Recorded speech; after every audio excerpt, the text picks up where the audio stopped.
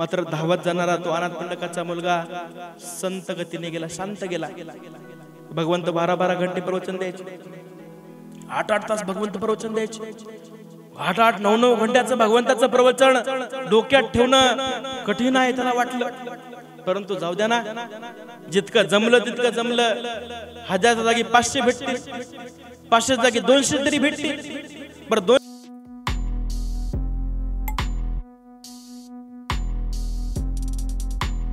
सुरुवात आपल्या घरापासून केली पाहिजे.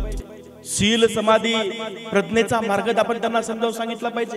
त्यांना जवळ बोलवलं पाहिजे. बाळा जवळ ये, हा सद्धम्माचा मार्ग, या मार्गाचं अवलोकन कर. अवलोकन नुसतं करू नको, तर याला धारण करून खऱ्या अर्थाने जीवनामध्ये सुख प्राप्त करून घे. अशा प्रकारे माता पित्यांनी आपल्या पुत्रांना सांगितलं पाहिजे. परंतु आता थोडंसं उलटच व्हायला पाहायला मिळतं बघा. एखाद्या माता पित्याला आम्ही म्हणतो, माता आई तुमचा मुलगा श्रामणेर शिबिरामध्ये 10 दिवस पाठवा. तेव्हा ती माता म्हणते, बंटीजी पाठवलं असतं परंतु त्याचे क्लास आहेत.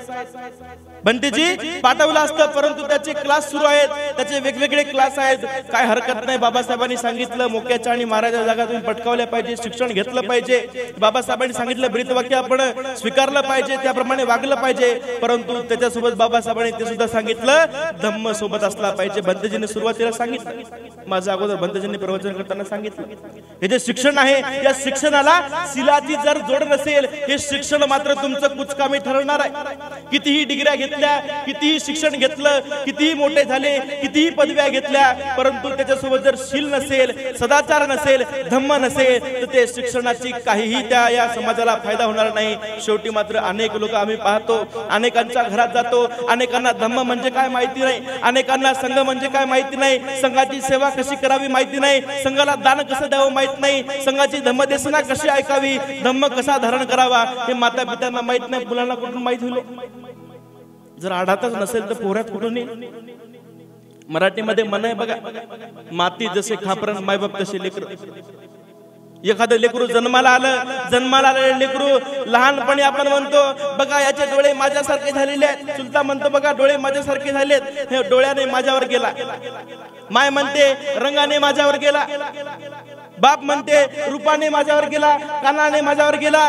वेगवेगळे नातेवाईक म्हणतात हे पहा दिसायला माझ्यासारखा आहे, माझ्यासारखा आहे, माझ्यासारखा आहे. आणि तोच बालक जेव्हा मोठा होतो, मोठा होऊन दुशिल्याचा मार्गाला लागतो, म्हणजे चुकीच्या मार्गाला लागतो, तेव्हा लोक म्हणतात हे कोणावर गेले की आम्हाला कळच नाही गेलं. आधी म्हणतात आमच्यावर गेले, आणि जेव्हा मार्ग भटकतो तेव्हा म्हणतो कोणावर, बाबा तूच आहे ना, कोणाचं आहे, तूच जपासलं ना, तूच लहानाचं मोठं केलंस ना. मराठीत म्हण आहे ना, माती जसे खापरण मायबाप तसे लेकरं. काळाची गरज आहे बघा. धम्माचे संस्कार आपण आपल्या मुलावरती टाकणे काळाची गरज आहे. बंतेजींनी सांगितलं वर्तमानातली स्थिती आहे. बंतेजींनी सांगितलं बघा पुण्यामध्ये काय, पुण्यात काय, प्रत्येक ठिकाणी ही घटना घडत आहे. एखाद्याला सांगितलं अरे बाबा तुझ्या वडिलाचा मृत्यू झाला, एखादा व्यक्ती, एखादा मुलगा शिकण्याकरिता विदेशात गेला आणि तिकडे सेटल झाला, तिकडेच घरदार बांधून राहू लागला, तिकडेच कमाई करू लागला. एखाद्याने फोन केला अरे बाबा तुझ्या वडिलाचा मृत्यू झाला, तू ये त्यांचा अंत्यविधी करण्याकरिता. तेव्हा तो म्हणतो मागच्या वेळेस आईच्या वेळेस मी आलो होतो, आता मोठ्या भावाची बारी आहे, आता बाबाच्या वेळेस त्याने गेलं पाहिजे. म्हणजे बाप सुद्धा वाटून घेतला. कशामुळे होत असेल आपण विचार केला का? ही जी परिस्थिती आपल्यावरती आता ओढावलेली आहे हे कशामुळे झालं हे आपण याचा विचार केला काय? आपण विचार करत नाही. आपण पेंडल मध्ये बसतो, पेंडल मध्ये बसून धम्माची देशना ऐकतो, धम्मदेशना ऐकून ते धारण करण्याचा संकल्प करतो, आणि संकल्प करून पेंडॉलच्या बाहेर गेलं की ज्याचं त्याला आपण करतो. बंतीजीचं काम आहे सांगणं, बंतीजी सांगत असतात आपल्याला काय करायचंय असं म्हणून विसरून जातो, आणि शेवटी मात्र अशी परिस्थिती येते. संपूर्ण आयुष्य वाया घालतो.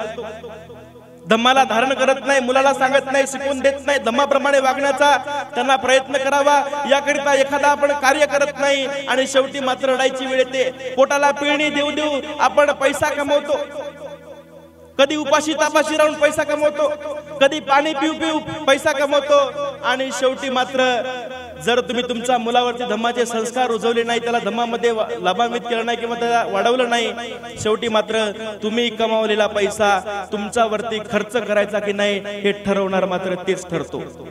पहा, अनेक ठिकाणी घटना घडतात, डॉक्टर सांगते आता याचा भरोसा नाही, आता कधी याचा मृत्यू होऊ शकतो, याच्यावरती पैसे खर्च करून काही फायदा नाही, तेव्हा लगेच त्या मुलाची बायको म्हणते अहो का तुम्ही वेडे झाले काय, माणूसही जाईल आणि पैसाही जाईल।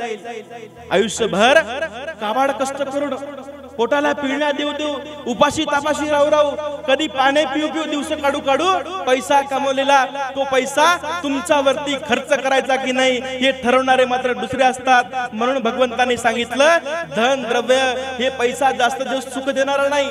आपण जर मुला मुलीवरती धम्माचे संस्कार त्यांना जर दिले तर शेवटी मात्र सुख देणारे ते असू शकतात, ते ठरू शकतात। हे भगवंताचं जे वाक्य आहे ते वाक्य आपण स्वीकारलं पाहिजे। आणि ही जी ओढावलेली परिस्थिती आहे त्या परिस्थितीवर जर आपल्याला मात करायचा असेल तर एकच पर्याय आहे, आपण आपल्या घरामध्ये धम्म जागृत करा।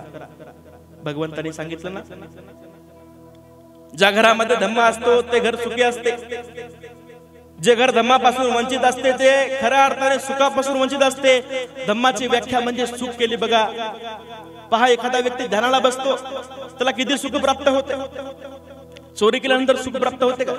अजिबात होत नाही। ध्यान केल्यानंतर सुख प्राप्त होते। शिलाचा भंग केल्यानंतर सुख प्राप्त होते काय? अजिबात नाही। शील पालन केल्यानंतर सुखाची प्राप्ती होते। धम्म म्हणजे दुसरं काय तर धम्म म्हणजे सुख आहे। आणि जो व्यक्ती धम्मापासून वंचित आहे, जो परिवार धम्मापासून वंचित आहे, जे नगर धम्मापासून वंचित आहे, जो देश धम्मापासून वंचित आहे, तो देश नगर परिवार तो व्यक्ती खऱ्या अर्थाने सुखापासून वंचित आहे असं म्हणायला हरकत नाही। कारण की धम्म म्हणजे सुख आहे आणि प्रत्येकाला जर सुख पाहिजे असेल तर आपल्या मधला धम्म जागृत करा, शीलाचं आचरण करा, समाधीचा अभ्यास करा। आमचे गुरुजी विपස්සना आचार्य नेहमी आम्हाला सांगतात विपස්සनाचा प्रचार करा, प्रसार करा, लोकांना खऱ्या अर्थाने दुःखमुक्तीचा मार्ग सांगा। जो दुःखमुक्तीचा मार्ग भगवंतांनी सांगितला, जे की मनातले विकार काढण्याकरिता भगवंताचा हा जो धम्म आहे त्याचा प्रचार प्रसार करा। आम्ही अनेक ठिकाणी सांगतो, लोकांना सांगतो, लोक म्हणतात भंतेजी तुम्ही काय सांगलो भंतेजी आमच्या लक्षात राहत नाही, परंतु भंतेजी तुम्ही तर जे धम्म सांगता आम्हाला तो धम्म फार कठीण आहे। धम्मदेशना देताना धम्म सांगताना फार कठीण आहे। एखादं बोकुड कापणं सोपं आहे, नारळ फोडणं सोपं आहे, शेंदूर लावणं सोपं आहे, अगरबत्ती मेणबत्ती लावणं सोपं आहे, परंतु 10 मिनिटं डोळे लावून बसणं अवघड आहे भंतेजी। म्हणून त्याच मार्गाला सोपं आम्हाला जावं वाटते भंतेजी, ते सोपा मार्ग आहे असं वाटतं। अनेक लोक म्हणतात पा शोकांकित आहे, भंतेजीला सुद्धा सांगतात लोक। हे कशामुळे होत आहे? धम्म आपण विसरून गेलो। जे काही धम्म असेल त्या धम्माचा विसर पडला आणि आपण आपल्या पुढच्या पिढीला जर धम्म दिला नाही, जर जितका आपल्याकडे आहे तितका खाऊन पुसून तोंड पुसून जर बसलो तर पुढची पिढी बर्बाद झाल्याशिवाय राहणार नाही। उद्धट मुलगा असेल त्याला धम्मामध्ये जबरदस्ती आणा, त्याला विहारामध्ये जबरदस्ती न्या, त्याला प्रलोभन द्या। पहा, एक उदाहरण आपल्याला पाहायला मिळते अनाथ पिंडकाचं। सुदत्त त्याचं नाव। अनाथ पिंडकाने जेत नावाच्या राजकुमाराकडून जमीन विकत घेतली आणि कशी विकत घेतली तर सोन्याचा मोहरी अंतरून विकत घेतली। एखाद्या संन्यासाचं विहार बांधण्याकरिता, एखाद्या ग्रहत्यागाला विहार बांधून देण्याकरिता सोन्याचा मोहरी अंतरण्यासाठी त्या मनामध्ये काय विचार आला असेल वो त्या अनाथ पिंडकाच्या? एवढं धन जे आपण खर्च करता एका संन्यासासाठी, त्याला वाटलं असेल का एवढं धन मी खर्च करत आहे एका संन्यासासाठी, याचा काय फायदा आहे काय असं वाटलं असेल का त्याला? अजिबात नाही। कारण की धम्म त्याला कळाला होता।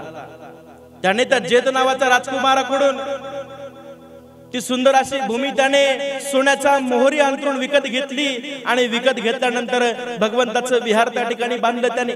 भगवंताला राहण्यासाठी त्यांनी त्या ठिकाणी निवासस्थान बांधलं। लोकांना विपස්සना विद्या, लोकांना ध्यान शिकवण्याकरिता वेगवेगळे हॉल त्यांनी निर्माण केले आणि त्या ठिकाणी धम्मप्रचाराचं काम सुरू झालं। अनाथ पिंडक एके दिवशी घरी बसला असता त्याच्या मनामध्ये विचार उत्पन्न झाला, अरे माझ्याकडे एवढं मोठं धन आहे, मी भगवंताकडे जातो, भगवंताकडे जाऊन नतमस्तक होतो, भगवंताकडे जाऊन नतमस्तक होऊन भगवंताची धम्मदेशना मी ऐकतो, धम्मामध्ये मी लाभ प्राप्त केलेला आहे, श्रोतापन्न अवस्था मला प्राप्त झालेली आहे, परंतु हे जे काय मी कमावलेलं आहे, हे जे काय मी धन संग्रहित केलेलं आहे, हे धन माझा मुलगा माझ्या पश्चात माझ्या नंतर याचा कसा फायदा घेईल मला सांगता येत नाही.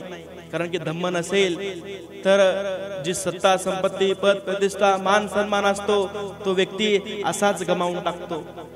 अनाथ पिंडकाच्या मनामध्ये उत्पन्न झालं, मला एकुलता एक मुलगा आहे, काल त्याचं नाव आहे आणि तो इतका उद्धट आहे, कधी तो विहारात जात नाही, कधी भगवंताची धम्मदेशना ऐकत नाही, कधी भगवंताला दान देत नाही, कधी भिक्खू संघाची सेवा करत नाही.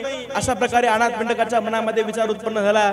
आपल्या सुद्धा मनात विचार उत्पन्न होत असेल, आपल्याला सुद्धा वाटत असेल, आम्ही रोज विहारात जातो, आम्ही रोज दान देतो, आम्ही रोज धम्मदेशना युट्यूब वरती ऐकतो, वेगवेगळ्या धम्म परिषद मध्ये जाऊन ऐकतो, परंतु आमचा मुलगा धम्माप्रमाणे वागत नाही. अशा प्रकारे अनेक माता पित्यांना वाटत असेल. त्या अनाथ पिंडकाला सुद्धा वाटलं, त्या अनाथ पिंडकाला वाटलं, ही जी सत्ता संपत्ती पद प्रतिष्ठा मान सन्मान जो काय मी कमावलेला आहे, जर मी माझ्या मुलाला धम्म दिला नाही तर याची कवडी मोल सुद्धा किंमत तो ठेवणार नाही, वाईट मार्गाने हा धन खर्च करेल, पैसा खर्च करेल. अशा प्रकारे अनाथ पिंडकाच्या मनामध्ये विचार उत्पन्न झाला. नुसत्या माड्या बांधून चालत नाही, ते पुढच्या पिढीला धम्म देणे हे आपलं कर्तव्य आहे. आणि अनाथ पिंडकाच्या मनात विचार उत्पन्न झाल्यानंतर अनाथ पिंडकाला वाटलं, आपण याला धम्मामध्ये आणलं पाहिजे, आपण याला धम्म शिकवला पाहिजे, धम्मामध्ये याला कशा प्रकारे आपण आणलं पाहिजे, याकरिता अनाथ पिंडक विचार करू लागला. विचार करत असता त्याच्या मनामध्ये उत्पन्न झालं की अरे आपल्याकडे भरपूर धन आहे, त्या धनाचा आपण वापर धम्मामध्ये आपल्या मुलाला आणण्यासाठी का केला नाही पाहिजे, जरूर केला पाहिजे. त्याने आपल्या मुलाला आवाज दिला, सांगितलं, का बाळा इकडे ये, तुझ्या हितासुखाची मी तुला एक गोष्ट सांगतो. तेव्हा तो काळ म्हणाला, मला तुमच्या हिताची सुखाची कोणतीही गोष्ट ऐकायची नाही, तुम्हाला जे काही करायचंय ते करून टाका, मला काही सांगू नका. तेव्हा अनाथ पिंडक म्हणला, बाळा खरंच तुझ्या हितासुखाची गोष्ट आहे, अरे खरंच तुझ्या हितासुखाची गोष्ट आहे, त्याच्यामुळे माझ्या जवळ ये, जवळ येऊन माझी काहीतरी एखादी गोष्ट ऐक तर तुझं भलं होईल. तेव्हा त्याला वाटलं, बाप एवढी विनंती करायला लागला, आपण जवळ गेलं पाहिजे. अनाथ पिंडकाचा मुलगा काल नावाचा त्या अनाथ पिंडकाच्या जवळ गेला. अनाथ पिंडकाच्या जवळ गेल्यानंतर अनाथ पिंडक त्या काल नावाच्या मुलाला म्हणतो, बाळा तुझ्या हिताची गोष्ट अशी आहे, मी तुला 100 सोन्याचे कारसाय पण देणार आहे, 100 सोन्याच्या मोहरी देणार आहे. आपण सुद्धा धम्मामध्ये आपल्या लेकरांना आणण्याकरिता थोडासा लोभ दाखवला तर हरकत नाही. त्याला लोभ दाखवा, तुला चॉकलेट देतो, विहारात चल, तुझ्या मोबाईलचं रिचार्ज करतो, 10 दिवस कुठेतरी श्रामनेर होऊन राहा, तुला नवीन कपडे घेऊन देतो, 10 दिवस कुठेतरी श्रामनेर होऊन राहा, धम्माचं जीवन जग. अशा प्रकारे आपण आपल्या मुलाला सांगितलं पाहिजे. अनाथ पिंडकाने मुलाला जवळ घेतलं, जवळ घेऊन त्यांनी सांगितलं, तुला 100 सोन्याचे कारसाय पण मी देणार आहे आणि माझं एक काम आहे, ते करशील काय? जर तू ते काम केलं तर तुला 100 सोन्याच्या मोहरी देतो, 100 सोन्याचे कारसाय पण देतो. कालाला वाटलं 100 सोन्याच्या मोहरी भेटत आहे, पहा लोभ कसा असतो, लोभ कसा असतो. इतक्या वेळ बापाची गोष्ट ऐकू वाटत नव्हती, परंतु बापाने 100 सोन्याच्या मोहरीचं प्रलोभन दिलं की लगेच मन आक्षेप करण्यासाठी तयार झालं. हो तुमचं काय काम असेल मी करतो. लोभ कसा असतो बघा. असाच एक मुलगा, लोभ तृष्णा, असाच एक मुलगा एकदा एका आजीच्या जवळ गेला. आजी अंथरुणावरती झोपलेली होती. आजी अंतरणावरती झोपलेली होती. आजीच्या जवळ जातो आणि दुरूनच तो पाहतो की अरे आजीच्या उशाला एका वाटीमध्ये शेंगदाणे ठेवलेले आहेत आणि टप्पू टप्पू शेंगदाणे आहेत, सुंदर शेंगदाणे आहेत, आपण ते खाल्ले पाहिजे. परंतु आपली आजी सहजासहजी ते लवकर आपल्याला देणार नाही. आपली आजी आपल्याला मारेल असं त्याला वाटलं. मग आपण काहीतरी युक्ती लढवली पाहिजे. काय युक्ती लढवली पाहिजे? हळूहळू आपण ते शेंगदाणे सगळे खाऊन टाकले पाहिजे. मग कसे खाले पाहिजे? तो आजीच्या पायथ्याला जाऊन बसतो. पहा लोभापोटे युक्ती पाहत्याची. आजीच्या पायथ्याला जाऊन बसतो. आजीच्या पायथ्याला जाऊन बसल्यानंतर आजीला म्हणतो, आजी माय ते पाय दुखायलेत काय? पहा म्हातारा माणूस म्हणतो, हो बाबा मी पाय दुखायले तर दाबून दे जरासं. ठीक आहे म्हणतो आजी, तुझे पाय दाबून देतो. तळपायापासून सुरुवात करतो पाय दाबायला. आजी माय असं, आजी माय तसं, आजी माय असं, आजी माय तसं म्हणत म्हणत म्हणत म्हणत गुडघ्यापर्यंत येतो दाबत दाबत. पुन्हा आजी माय असं, आजी माय तसं असं म्हणत म्हणत दाबत दाबत दाबत दाबत कमरेपर्यंत येतो. आजी माय असं, आजी माय तसं असं म्हणत म्हणत दाबत दाबत दाबत पाठीपर्यंत येतो. पाड दाबत दाबत मानेपर्यंत येतो. मान दाबत दाबत त्या आजीच्या डोक्यापर्यंत येतो आणि त्या वाटीपर्यंत जाऊन पोहोचतो. आजीला बोलत बोलत बोलत बोलत एक एक एक एक शेंगदाणा उचलतो, गपकन तोंडात टाकतो. पुन्हा डोकं दाबतो. एक शेंगदाणा उचलतो, गपकन तोंडात टाकतो. पुन्हा आजीचं डोकं दाबतो. असं दाबत दाबत दाबत दाबत त्या वाटीमधले सगळे शेंगदाणे संपून गेले. आता शेंगदाणे संपल्यानंतर त्याला वाटलं आता आजीला जर कळालं तर आजी आपली खवट आहे, मारल आपल्याला. तर आजीला सांगता येत नाही आजीचा राग कसा असेल आणि आजी मारू शकते, काठीने मारू शकते, अशा प्रकारे त्याला वाटलं. आणि आतापर्यंत आजीला आपण सांगितलं पाहिजे. जर आता सांगितलं नाही नंतर मात्र लय मार बसू शकते. मग आताच आपण आजीला सांगितलं पाहिजे. पाय दाबत दाबत दाबत पुन्हा डोकं दाबत दाबत असं पायापर्यंत गेला. पायापर्यंत जाऊन पाय दाबत दाबत म्हणतो, आजी माय मला माफ कर. म्हणते काय झालं बापू? आजी माय मला खरंच माफ कर. अरे झालं तरी काय? आजी माय मला खरंच माफ कर. अरे बाबा झालं तरी काय ते तरी सांग. म्हणतो आजी माय मला माफ कर. तुझ्या जे उशाला ठेवलेले वाटीमध्ये जे शेंगदाणे होते ते सगळे शेंगदाणे मी खाऊन टाकले. तेव्हा आजी माय म्हणते बरं झालं बापू, खाले बरं झालं. मला जात नाही तर बापू मला चावना गेलते, मी चगळून चगळून ठेवले होते. पहा लोक कसा असतो, सगळेले शेंगदाणे. आणि त्या अनाथ पिंडकाच्या मुलाच्या मनात सुद्धा लोभ आला. 100 सोन्याचे खारसा पण भेटायले. मग एखादं काम काय विचारून पाव, जर सोपं असेल तर करा, नाही तर काय रोजच्या प्रमाणे उन्हाळा काय करायला काय हरकत आहे.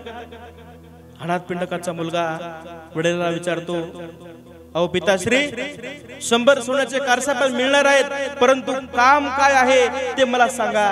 तेव्हा अनाथ पिंडक म्हणतो, 100 सोन्याच्या मोहरी तुला मी देतो, तुला काहीच काम करायचं नाही, सोपं काम आहे. काय काम करायचं? डालगी घ्यायची, डालीमध्ये फुलं तोडायचे, फुलं डालीमध्ये घेऊन भगवंताच्या कुटीकडे जायचं. त्या कुटीकडे गेल्यानंतर भगवंताच्या चरणावरती पुष्प अर्पित करायचे, भगवंताला वंदन करायचं आणि दिवसभर भगवंताची धम्मदेशना ऐकायची, दिवसभर प्रवचन ऐकायचं आणि शेवटी संध्याकाळी आल्यानंतर मी तुला 100 सोन्याच्या मोहरी देतो. किती सोपं आहे.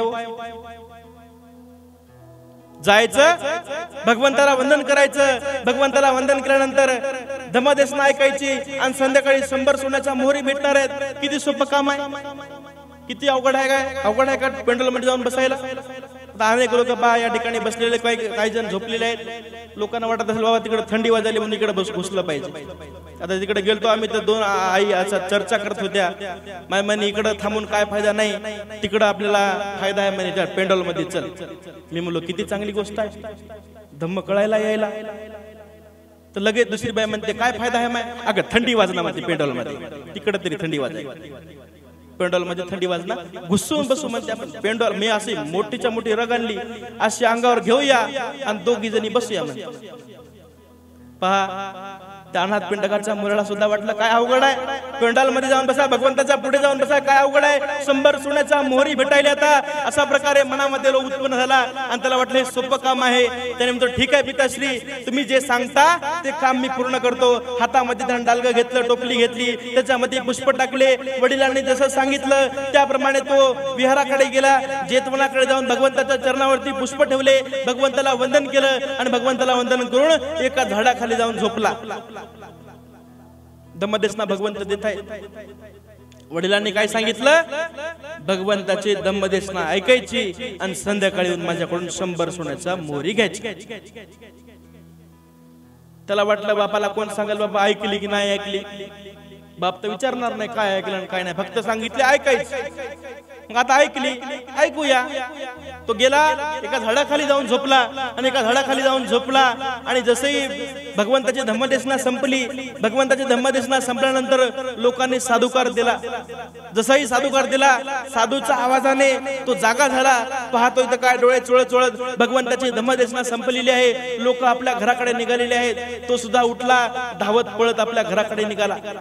जसाही धावत पळत घराकडे निघाला, धावत धावत धावत घरी येऊन पोहोचला. वडिलाला आनंद झाला. वडिलांनी घरी गरम पातेलं ठेवलं होतं पाण्याचं. माझा मुलगा येईल, हातपाय धुईल, कारण की धम्मदेशना ऐकाय गेला.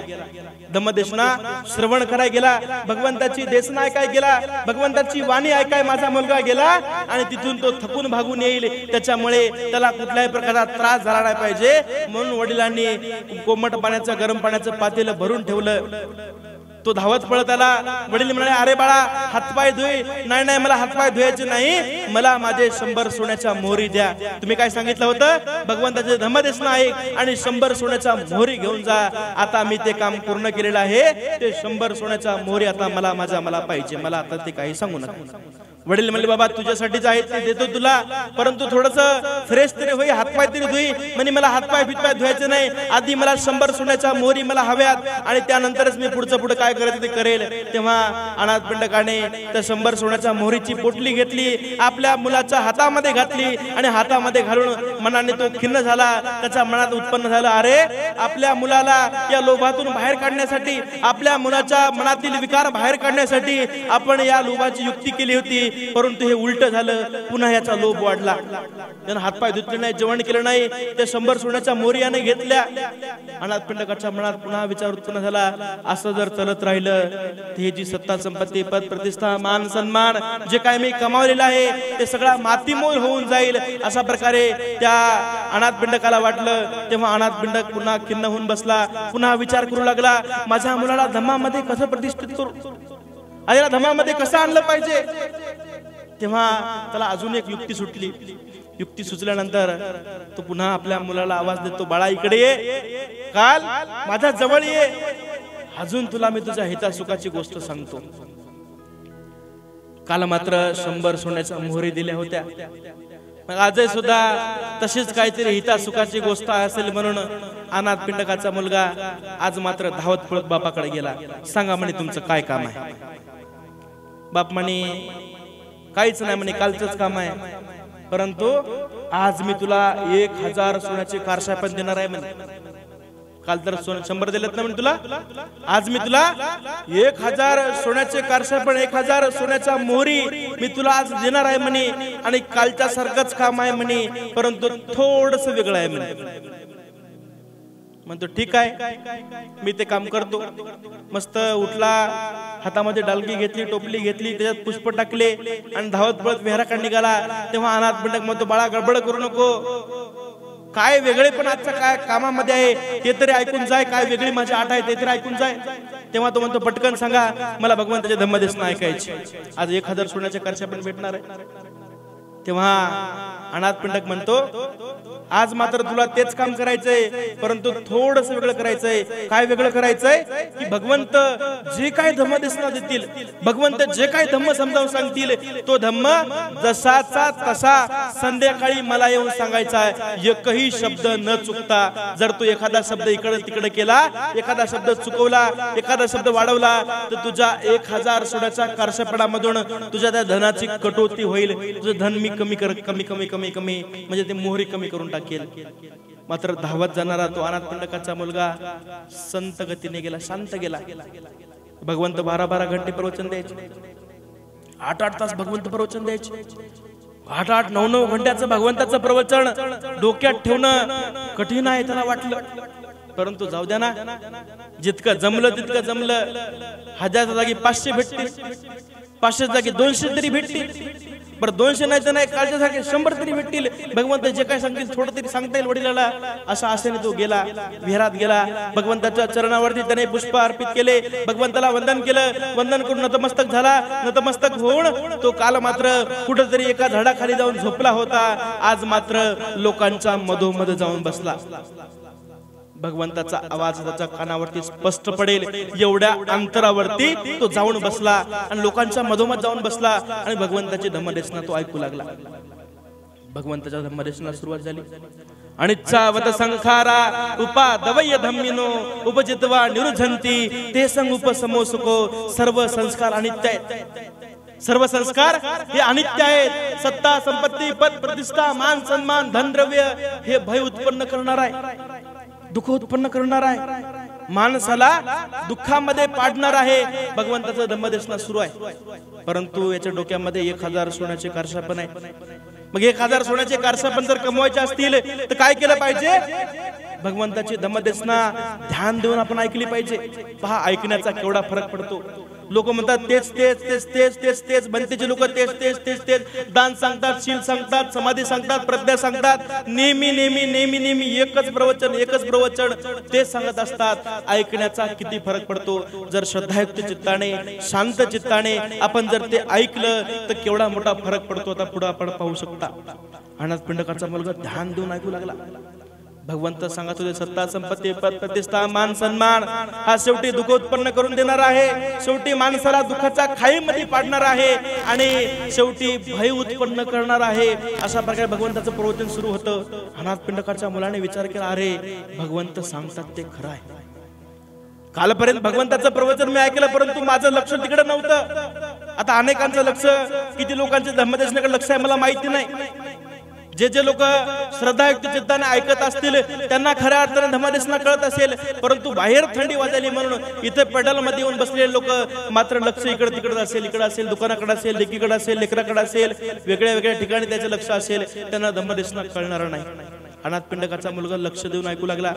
भगवंत सांगतात ते खरं आहे गड.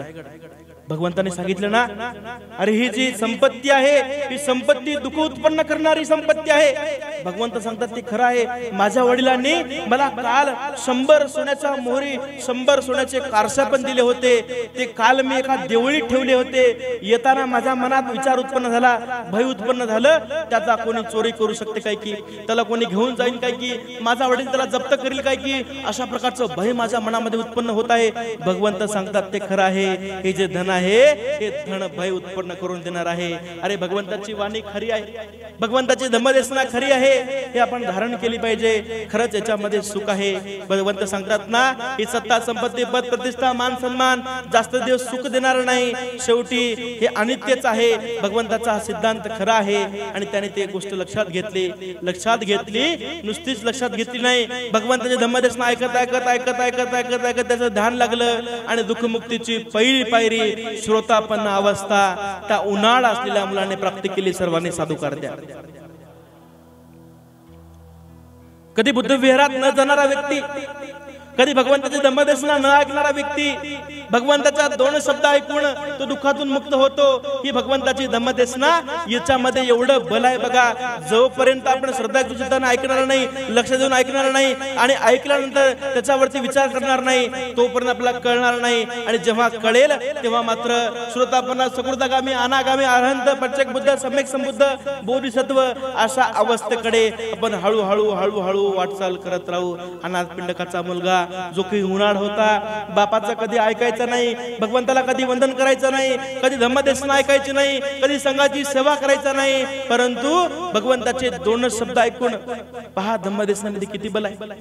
गेल्या 38 वर्षापासून आपण तेच ऐकत आहोत ना. अनाथ पिंडकाच्या मुलाला दुःखातून मुक्त होण्यासाठी किती शब्द लागले? 2 शब्द भगवंताचे. 2च वाक्यात तो श्रोतापन्न अवस्थेला प्राप्त झाला. 2च वाक्य. हे बल धम्मदेशनेमध्ये आहे. आणि धम्मदेशना ऐकत असताना मग माणसाने श्रद्धा ऐकली पाहिजे.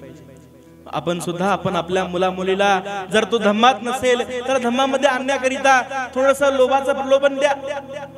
आता अनेक लोक हट्ट, अनेक लोकांचे लेकर हट्ट करतात, मला ही गाडी घेऊन दे, मला ती गाडी घेऊन दे, मला हे घेऊन दे, मला ते घेऊन दे. बाबा तुला मी ते घेऊन देतो. परंतु बनतेची जी 1 तास धम्मदेशना न चुळबुळ करता, न आवाज करता, न इकडे तिकडे न बघता बनतेची 1 तास धम्मदेशना तुला म्हणलं ते घेऊन देतो, तर ऐकेल की नाही?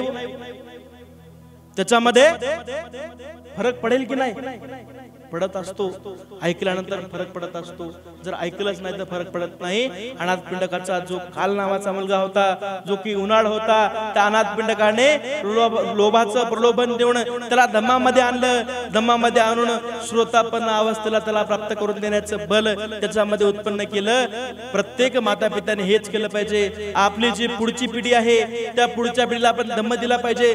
जबरदस्ती का होईना आपण त्याला धम्म सांगण्याचा प्रयत्न केला पाहिजे. माझ्यासोबत बस, शील ग्रहण कर, माझ्यासोबत बस, वंदना म्हण, माझ्यासोबत चल, धम्मदेशन ऐक, माझ्यासोबत चल, 10 दिवस कुठेतरी श्रामणे राहो, अशा प्रकारे माता पित्याने सांगितलं पाहिजे. परंतु काही ठिकाणी उलट पाहायला मिळते. अनेक लोक, आता खरी गोष्ट सांगतो, हिंगोलीमध्ये राहत असताना एक व्यक्ती माझ्या जवळ आला आणि माझ्या जवळ येऊन पहा, अनेक लोक, काही लोक म्हणजे श्रद्धायुक्त चित्ताने भिक्खूच्या जवळ येतात, काही लोक छेड काढण्यासाठी जवळ येतात, काही लोक काही वेगवेगळ्या उद्देशाने जवळ येतात, काही लोकांचे वेगवेगळे उद्देश असतात. एक व्यक्ती माझ्या जवळ आला, कदाचित त्या पित्याला धम्म माहित नव्हता बिचाऱ्याला. तो माझ्या जवळ आला आणि हातामध्ये तंबाखू चोळत म्हणतो, भंतेजी, हे मुलं जे वाईट व्यसनाला लागले त्याला कसतरी सुधारण्यासाठी काहीतरी प्रयत्न करा. आणि तंबाखूची पुडी याच्या हातामध्ये, तंबाखू चोळत सांगतो, बंटीजी, आताची जी तरुण पिढी आहे त्या तरुण पिढीला धम्मामध्ये आणण्यासाठी काहीतरी करा. कोण सांगते? तंबाखू खाणार सांगते.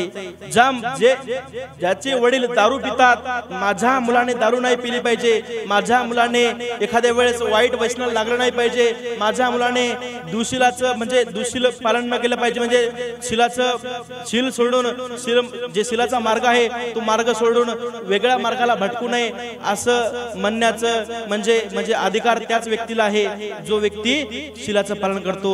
जो व्यक्ती दारू पित नाही तोच व्यक्ती अपेक्षा करू शकतो की माझ्या मुलाने दारू नाही पिली पाहिजे. जो व्यक्ती तंबाखू खात नाही त्याने जर अपेक्षा केली माझ्या मुलाने तंबाखू खाऊ नये, तर ती खरी अपेक्षा आहे. बघा, माता पिता तंबाखू खातात, माता पिता वेगवेगळ्या ठिकाणी मी पाहतो सिगरेट ओढतात, दारू पितात, परंतु अपेक्षा मात्र पुढच्या पिढीकडून करतात ही चांगली पिढी घडली पाहिजे, आधी स्वतः सुधारला पाहिजे. भगवंताचा धम्म कर्म सिद्धांत जरी सांगत असेल, परंतु वर्तमानाचे काही कर्म आपण असे अर्जित केले पाहिजे की करत असताना आपल्या मुला मुलींनी त्यातून काहीतरी म्हणजे धम्म बोध घेतला पाहिजे. या गोष्टी धम्मामध्ये सांगितलेल्या आहेत. या गोष्टी आपण धारण केल्या पाहिजे. धारण करे तो धम्म हे, वरणा कोरी बात, सूरज उगे प्रभात हे, वरणा काली रात. गोयंका गुरुजी म्हणतात, धारण करे तो धम्म आहे, धारण केला तो धम्म आहे. वरणा कोरी बात नाही तर कोरीच बात आहे. सूरज उगे प्रभात हे, वरणा काली रात. सूर्य उगवल्यानंतरच प्रकाश आहे, नाहीतर काळीच रात आहे. जर आपल्या जीवनामध्ये धम्म नावाचा सूर्य उगवला नाही तर काळी रात्र आहे, अंधकार आहे. या गोष्टी आपण जाणून घेतल्या पाहिजे. हा जो मार्ग आहे हा मार्ग खऱ्या अर्थाने माणसाला सुख प्रदान करणारा आहे. प्रत्येकाला वाटते मी सुखी झालं पाहिजे, माझी पिढी सुखी झाली पाहिजे, माझी खानदान सुखी झाली पाहिजे, माझे नातेवाईक सुखी झाली पाहिजे. असं जर वाटत असेल तर मी अगोदर धम्म धारण करेल आणि लोकांना सांगेल आपण तथागताचे वारस आहोत ना, भगवंताचे आपण वारस आहोत ना.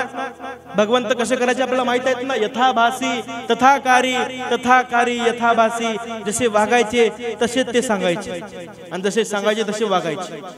भगवंत एक प्रसंग आहे बघा, माता पिता आपल्या लहान मुलाला भगवंताच्या जवळ घेऊन आले आणि भगवंताच्या जवळ घेऊन भगवंताला म्हणे, भगवान, हा जो आमचा छोटा मुलगा आहे फार गुळ खातो म्हणे, फार गोड खातो, याला काहीतरी समजावून सांगा. काय करा, याला काहीतरी समजावून सांगा जेणेकरून याचा गुळ सुटेल म्हणे. असं काहीतरी धम्मदेशना देण्यात काहीतरी त्याला समजावून सांगा. भगवंत म्हणाले, ठीक आहे, त्याला समजावून सांगतो, परंतु आज नाही, त्याला उद्या घेऊन या. माता पित्यांना वाटलं, अरे भगवंताने उद्या बोलवलं म्हणजे भगवंत काहीतरी वेगळा प्रयोग करून दाखवतील, काहीतरी वेगळी अदृश्य शक्ती म्हणजे प्रदान करतील. माझ्या मुलाचा गुळ खाण्याची जी पद्धत आहे किंवा जी काही त्याला सवय आहे ती सवय त्याची सुटून जाईल. अशा प्रकारे माता पित्यांना वाटलं. सकाळी माता पिता उठले, भगवंताच्या विहाराकडे गेले. भगवंताच्या विहाराकडे जाऊन भगवंताला वंदन करून म्हणतात, भगवान, काल आम्ही आपल्याकडे आलो होतो आणि तुम्ही आम्हाला सांगितलं होतं आमच्या मुलाचा गुळ जर सोडायचा असेल तर तुम्ही उद्या या. भगवान, आता आम्ही आज आलेलो आहोत, आमच्या मुलाला धम्मदेशना द्या. तेव्हा भगवंत म्हणतात, बाळा, गुळ खाणं वाईट आहे, जास्त गुळ खाऊ नको, साखरेची बिमारी होईल, त्याच्यामुळे तू गुळ खाणं सोडून दे. तेव्हा माता पिता म्हणतात, भगवान, मग हे तुम्ही काल सांगू शकले असता ना, आमचा एक दिवस का तुम्ही वाया घातला, हे जर तुम्ही कालच सांगितलं असतं तर मात्र बरं झालं असतं, आमचा दिवस वाया गेला नसता. परंतु आज तुम्ही तेच वाक्य सांगत आहात, ते काल सांगलं असतं बरं झालं असतं. तेव्हा भगवंत म्हणाले की माता पिता हो, मी तथागत आहे, मी धारण जे करतो ते लोकांना सांगतो आणि जे लोकांना सांगतो ते मी धारण करतो. काल चारिकेमध्ये माझ्या पात्रामध्ये कोणीतरी गुळाचा खडा टाकला होता आणि त्या चारिकेमधला म्हणजे भोजन ग्रहण करत असताना ते गुळाचा खडा मी खाला होता. मी स्वतः गुळ खाऊन इतरांना कसं सांगेल की तुम्ही गुळ खाऊ नका म्हणून? त्याच्यामुळे मी काल सांगितलं नाही, त्याच्यामुळे मी आज बोलवलं. मग अनेक माता पिता आहेत, जे माता पिता सिलवान आहेत, त्याच माता पित्याने आपल्या मुलाकडून सिलवान होण्याची अपेक्षा केली पाहिजे. जे माता पिता दुशील आहेत अशाने अपेक्षा करणं हे चुकीचं आहे. कारण की तुमच्याकडे नाही, त्या मुलाला काय देणार हो तुम्ही? जर तुम्हाला अपेक्षा करायची असेल तर स्वतः आपण सुधारलं पाहिजे. सुरुवात आपल्या स्वतःपासून केली पाहिजे. माता पिता जर सुधारले, मुलं बाळ सुधारत असतात, आणि मुलं बाळ सुधारले, पिढी सुधारत असते, पिढी सुधारली, देश सुधारत असते, देश जर सुधारला संपूर्ण विश्व जग सुधारत असते. ही सुरुवात आपल्यापासून केली पाहिजे. गेल्या 38 वर्षापासून आपण या धम्मभूमीमध्ये आपण धम्मदेशन ऐकत आहोत. विशेष म्हणजे सांगावं असं वाटते की भंतेजींनी पूज्य भदंत विपස්සनाचार्य पन्यारतनजी थेरो यांनी दीक्षा आम्हाला दिली आणि धम्मामध्ये आम्ही वावरत आहोत. परंतु जेव्हा मातेच्या पोटामध्ये मी होतो तेव्हापासून या परिस्थितीला मी उपस्थित आहे. एकही परिस्थिती माझी चुकली नाही आतापर्यंत मी झालो माझ्या मातेच्या पोटात असते तेव्हापासून लहान असतो तेव्हापासून ऐकत ऐकत ऐकत ऐकत ऐकत ऐकत मनामध्ये या धम्मामध्ये आपण लाभान्वित झालं पाहिजे, धम्मामध्ये दीक्षित झालं पाहिजे अशा प्रकारचा मनामध्ये विचार उत्पन्न झाला आणि मी दीक्षित झालो. म्हणजे ऐकण्यामध्ये ऐकल्यानंतर एवढे मोठे लाभ आपल्याला भेटू शकतात. हे ऐकत असताना आपण श्रद्धायुक्त चित्ताने ऐका आणि नुसतंच ऐकून चालणार नाही, त्याला धारण करण्याचा संकल्प करा. नुसतं संकल्प करून चालणार नाही तर पुढच्या पिढीला धम्म देण्याचं काम आपण केलं पाहिजे. तर गेल्या 38 वर्षापासून या धम्मभूमीमध्ये आपण धम्मदेशन ऐकत आहोत. निश्चितच आपण सुज्ञ आहात, आपण सुज्ञ उपासक असल्यामुळे एवढ्या थंडीचं सुद्धा आपण या ठिकाणी धम्मदेशन ऐकत आहात. आपल्या मनामध्ये धम्माप्रतीची चळवळ आहे, तळमळ आहे, परंतु याला वाढवण्याचं काम आहे. आपण वाढवलं पाहिजे, उत्तर आपण प्रगती केली पाहिजे. कोणी जे लोक 5 शिलावर आहेत त्यांनी 8 शिलावर आले पाहिजे, 8 शिलावरांनी 10 शिलावर आले पाहिजे, 10 शिलावरांनी 75 शिलावर आले पाहिजे, 75 शिलावरांनी 227 शिलावर आले पाहिजे. उत्तर आपण प्रगती केली पाहिजे. आपण 1 लाख वर्षापूर्वी, 2 लाख वर्षापूर्वी किंवा 50,000 वर्षापूर्वीचा इतिहास जर आपण मनुष्याचा काढला, मनुष्य नग्न फिरायचा, नंतर तो कपडे घालायला लागला, नंतर गाव वस्तीमध्ये राहायला लागला, नंतर तो माडी बांधून राहायला लागला, नंतर चांगलं चुंगलं खायला लागला, नंतर तो गाडीमध्ये फिरायला लागला, आता विमानात तो फिरत आहे. आपण भौतिक प्रगती आपली केली, आध्यात्मिक प्रगतीमध्ये आपण मागे आहोत. आध्यात्मिक प्रगती सुद्धा आपण केली पाहिजे. उत्तर आपल्यामध्ये शिलाची जोपासना करून हळूहळू धम्माच्या पायऱ्या, जे की खऱ्या अर्थाने दुःखमुक्तीचे जे पायऱ्या आहेत, जी श्रद्धा पायरी आहे, श्रद्धा पायऱ्यानंतर आपण हळूहळू धम्मामध्ये येऊन मुक्तीच्या मार्गावरती आरूढ होऊन श्रद्धापन्न सुकृतगामी अनागामी अरहंत प्रत्येक बुद्ध सम्यक संबुद्ध बोधिसत्व अशा प्रकारच्या अवस्था आपण प्राप्त करून घ्यायचं आहे. निश्चितच आपण सुज्ञ आहात, आपल्याला सर्व कळते. या ठिकाणी शेवटी हेच सांगतो, शिलाचं पालन करा, धम्माचं आचरण करा, नेहमी दान धर्म करत राहा, नेहमी धम्म ऐकत राहा. धम्म ऐकत असताना तो जोपासण्याचा प्रयत्न करा आणि आपल्यामध्ये धम्म वाढवा. सर्वांचं मंगल व्हावं, सर्वांचं कल्याण हो. सब्बे सत्ता सुखी होंतु, सब्बे सत्ता सुखी होंतु, सब्बे सत्ता सुखी होंतु. साधु साधु साधु. बुद्धं नमामि, बुद्ध को नमन करता हूँ. धम्मं नमामि, धम्म को नमन करता हूँ.